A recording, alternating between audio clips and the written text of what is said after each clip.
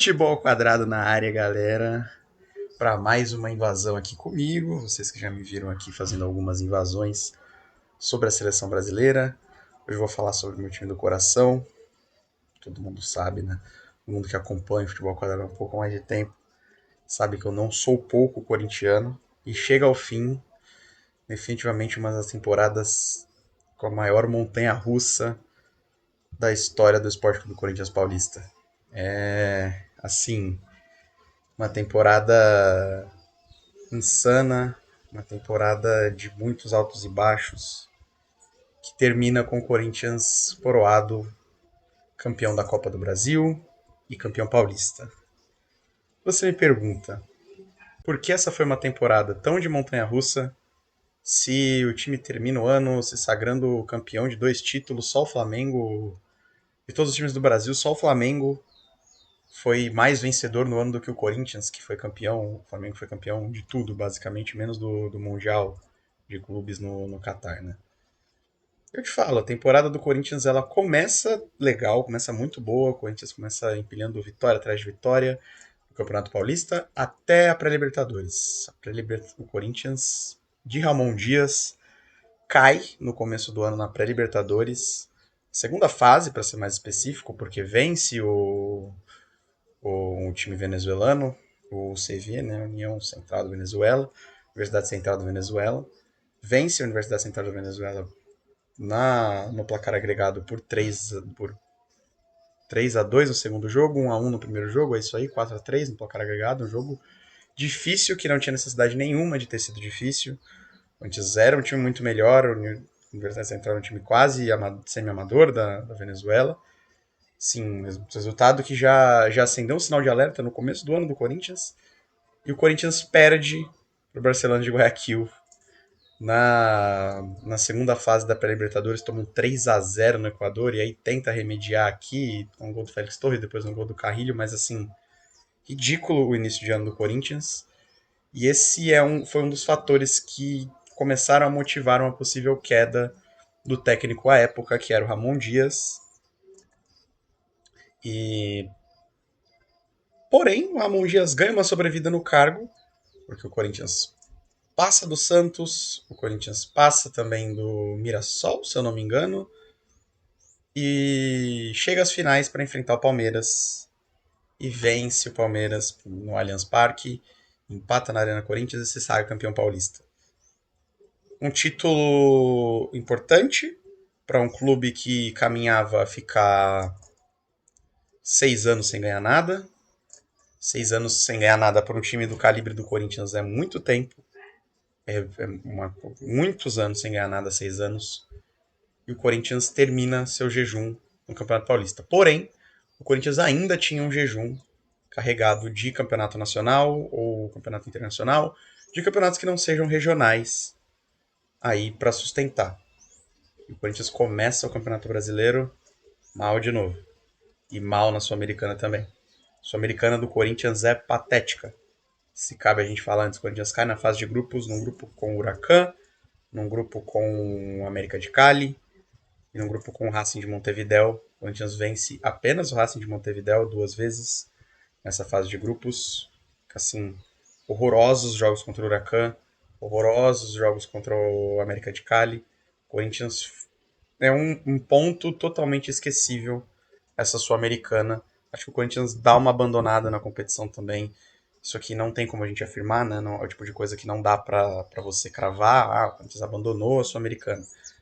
Não tem como eu afirmar isso de maneira alguma. Porém, é difícil você ver o nível que o time se portou em jogos do Campeonato Brasileiro, em jogos da Copa do Brasil. O nível que o time se portou na Sul-Americana é bem diferente.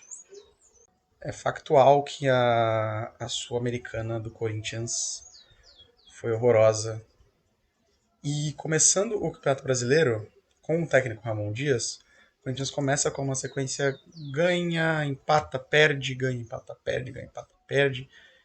Até que começou mais o empata, perde do que o ganha. E a má fase na Sul-Americana também, o mau desempenho do time, apesar de, desde o início do ano, o Corinthians vem sofrendo muito com lesões. O Garro fez um ano fisicamente terrível, não é culpa dele, não foi falta de esforço dele, não foi problemas técnicos dele, ele simplesmente não conseguiu estar em campo 100% em nenhum jogo do Corinthians na temporada. O Memphis também, muitos jogos perdidos, muito jogando a 70%, 60% do que pode. E isso fez também com que o Ramon Dias balançasse bastante até ser demitido pelo Corinthians no meio do Campeonato Brasileiro. O Corinthians faz uma consulta pelo Tite. O Tite recusa, falando que ficaria pelo menos até o final do ano sem aceitar nenhum time para tratar de problemas de saúde mental. E o Corinthians busca o técnico que acabava de sair da seleção brasileira, Dorival Júnior. Esse é o grande ponto de mudança no ano do Corinthians. Porque o Dorival assume o comando do Corinthians no momento em que o Corinthians perde para o Flamengo no Maracanã por 4-0. Foi um resultado assim chocante, um resultado ridículo. O Hugo, que é um goleiro que a gente tem muita segurança nele, falha 2 vezes nesse jogo. E foi um dos baques do Corinthians na temporada de que, assim, talvez esse time seja pior do que a gente imaginou ano passado. Porque o Corinthians, ano passado, embolou uma sequência de vitórias, 9 vitórias consecutivas no Brasileirão, primeira vez na história que isso aconteceu. E tudo foi acontecendo aos poucos e parecia que esse ano seria um pouco diferente. Não foi, pelo menos não no Campeonato Brasileiro. O Dorival assume o Corinthians e no Campeonato Brasileiro, vamos tratar só da competição nacional de pontos corridos por enquanto. No Campeonato Brasileiro, ele dá um pouco mais de consistência para o time. Porém, o time era consistentemente medíocre. Durante todo o Campeonato Brasileiro, o Corinthians não conseguia. Não, o Corinthians claramente não conseguia emplacar no Campeonato Brasileiro. Ia lá, ganhava uma aqui. O Corinthians faz um bom jogo aqui contra o Santos, enfim, faz um bom jogo aqui contra o Santos. Faz um bom jogo aqui contra o Vasco, um bom jogo aqui contra o Flu.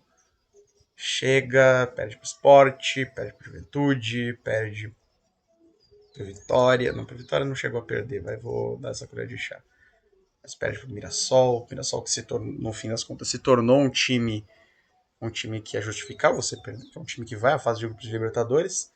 Mas faz bons jogos contra certos times, contra outros vai muito mal. Deixou pontos para todos os 4 rebaixados. O Corinthians perdeu para Fortaleza, Ceará, Sport e Juventude.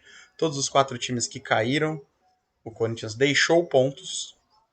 Perdeu para Fortaleza fora de casa, perdeu para o Ceará em casa, perdeu para o Juventude fora de casa e perdeu para o Sport fora de casa. E ainda assim empata com Juventude e empata com Fortaleza dentro da Neoquímica Arena, sendo que as únicas vitórias do Corinthians contra os 4 times que foram rebaixados é o 1-0 em cima do Ceará no Castelão e a vitória por 2-1 ainda com o Orlando Ribeiro, se eu não me engano, contra o Sport na Neoquímica Arena. Moral da história. O Campeonato Brasileiro do Corinthians é triste. É triste porque não tem consistência, não é agradável de se assistir o Corinthians jogar um campeonato de pontos corridos. Porém, vamos falar do que importa no fim das contas. A Copa do Brasil. Aí sim, você vê o que o Dorival Júnior entende como futebol e o que esse time está preparado para fazer. O Corinthians passa do Novo Horizontino na Copa do Brasil, mas se eu não me engano, não é nem com o Dorival ainda. Mas eu não vou afirmar isso aqui, porque realmente é um lapso de memória que eu tenho. O Corinthians vence lá, vence aqui, sai com a classificação tranquila contra o Novo Horizontino, sem sufoco, sem nada, e aí já vai direto para as oitavas de final.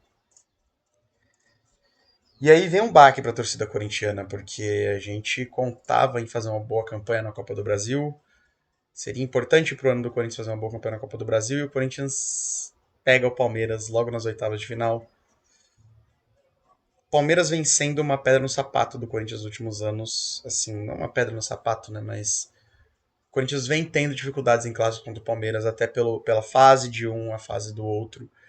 E eu acho que essa vitória, ela afirma uma run para um título absurda do Corinthians esse ano. O Corinthians vence o Palmeiras na Neoquímica Arena por 1-0, com gol do Memphis. O Corinthians vence novamente o Palmeiras no Allianz Parque, dessa vez por 2-0.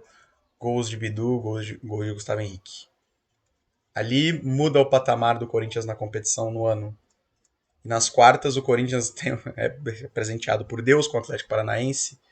Passa sem muito trabalho também, vence fora, vence em casa. Tem pênalti defendido do Hugo, assim, um jogo que é só para afirmar a festa. E aí sim, o Corinthians teria que pegar um time de verdade nas semis. Cruzeiro. Cruzeiro seria um duelo dificílimo. E o Corinthians enfrenta o Cruzeiro apenas no final do ano. Só depois do fim do Campeonato Brasileiro. Eu acho que isso mudou muito a perspectiva de ano do Corinthians. Porque o Corinthians pôde ignorar completamente o brasileiro, né? Vocês acham que eu diria que o Corinthians pôde focar no brasileiro? Pelo contrário, né? O Corinthians continuou péssimo no brasileiro. Chega ao final do ano, o brasileiro acaba, o Corinthians é 13º no Campeonato Brasileiro e vai concentrar para enfrentar o Cruzeiro. Mineirão lotado, primeiro jogo, 1-0 Corinthians, gol do Memphis. O Corinthians faz um jogo perfeito, taticamente aplicado, fantástico, quando teve a bola nos pés, nas estocadas que deu, levou perigo e conseguiu reduzir o jogo do Cruzeiro a praticamente nada. Porém, o Leonardo Jardim é um ótimo técnico de ajustes. O time do Cruzeiro é um time inteligente, não iria repetir o mesmo erro. Volta para a Neoquímica Arena. Pum. 1-2, cruzamento. Gol, Arroio, 1-0 Cruzeiro. O Corinthians erra um ataque. Toma um contra-ataque, o Mateuzinho erra a linha de impedimento. 2-0, gol do Arroio. Como uma fênix, o Corinthians renasce das cinzas. A entrada do Garro nesse jogo faz toda a diferença.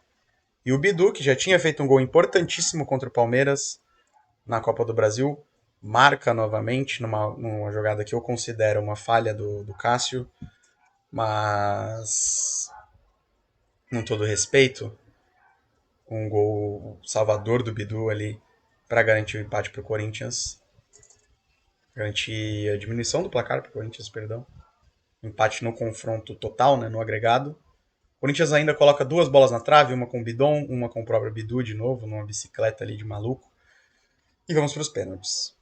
O Cássio sempre pega o primeiro pênalti em disputa de pênalti, é impressionante. Toda disputa de pênalti ele pega o primeiro. Pode reparar, busca os vídeos do Corinthians. Em maioria da disputa de pênalti, o primeiro pênalti ele pega. Dito e feito. Pegou o pênalti do Yuri, a gente vai até o final dessa disputa. Última cobrança, Gabriel Barbosa, especialista em pênalti. Jogador que raramente perde uma cobrança, Hugo Souza faz a defesa. Realmente é um momento de êxtase para o professor corintiano. Ali a gente já sabia que ia classificar, o Wallace vai lá, perde, o Bidon só confirma. Porém, nada de euforia máxima, porque o Corinthians ainda teria um desafio. Vasco da Gama confirma sua classificação contra o Fluminense. E o Corinthians teria que enfrentar não só o Vasco, mas uma coisa que vem no futebol normalmente para ser quebrado: tabu. O Corinthians não perde para o Vasco há muito, muito tempo. Na verdade, no Campeonato Brasileiro perdeu. O Corinthians nunca tinha estado atrás do Vasco num confronto de mata-mata na história. O Corinthians sempre vence o Vasco em mata-mata. O Corinthians tem uma superioridade, uma paternidade absurda contra o Vasco. E isso, em nenhum momento, jogaria a favor. Jogaria 100% contra, porque tabu está no futebol para ser quebrado. Primeiro jogo, Neoquímica Arena, lotada, atmosfera de final. Pior jogo do Corinthians no ano, talvez. Não foi o pior jogo do Corinthians no ano, não vou ser tão exagerado assim, mas o pior jogo do Corinthians na Copa do Brasil com certeza foi.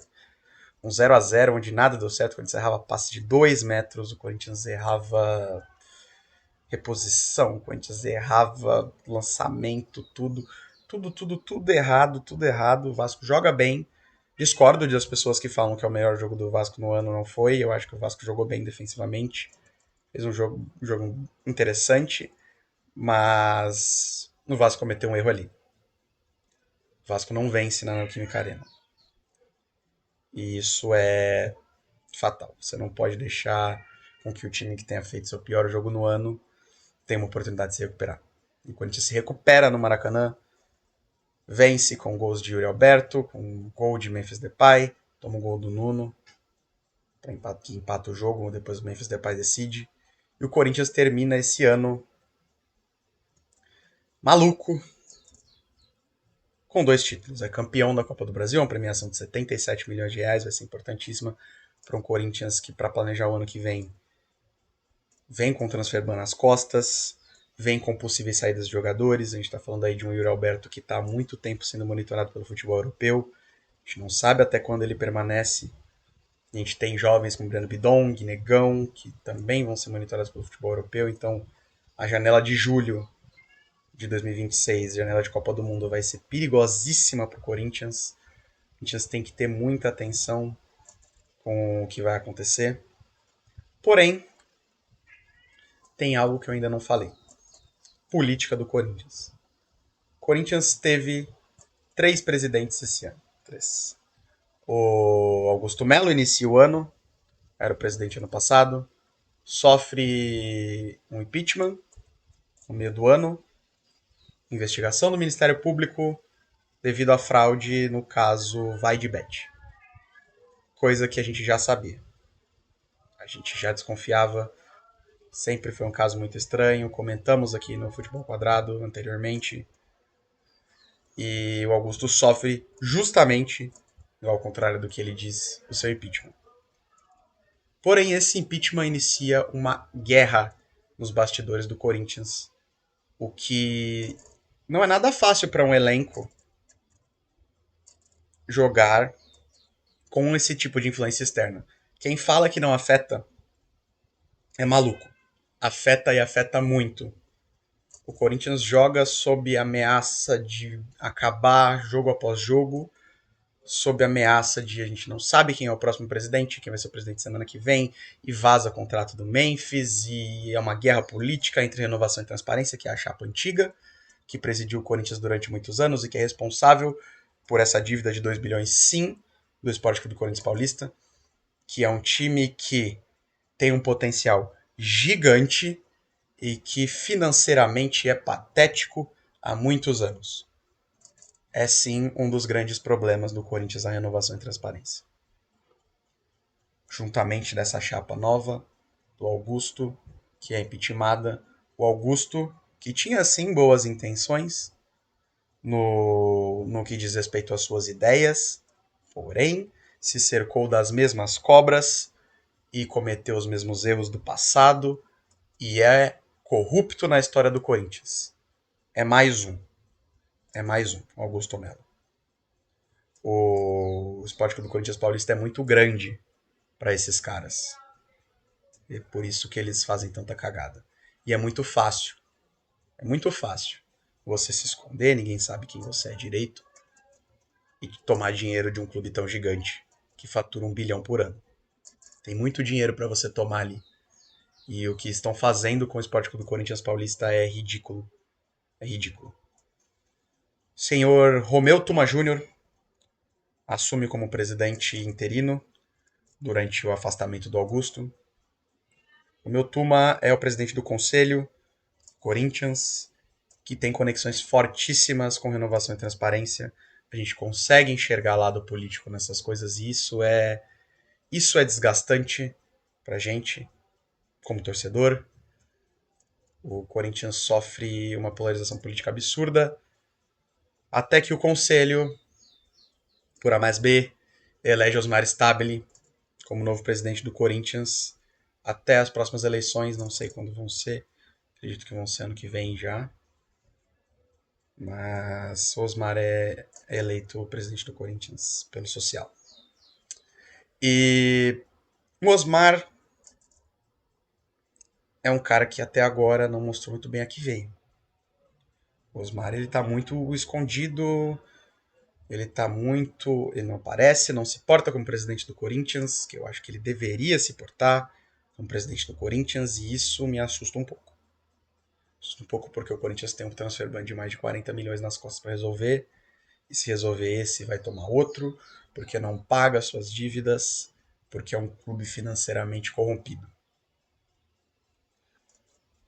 Com tudo isso posto, investigação do MP, ainda tem a investigação de ex-presidentes do Corinthians com uso indevido de cartão corporativo, ou seja, caras que não representam o clube, que acham que representam o clube, que acham que são Corinthians, gastando dinheiro do clube com coisas indevidas. Dinheiro do Corinthians é para ser gasto para pagar salário, para fazer manutenção no CT, com o clube social, que infelizmente está aí, né, e precisa ser cuidado, para ser gastado com jogador, não com cartão corporativo, não com pílula para aumentar o seu desempenho.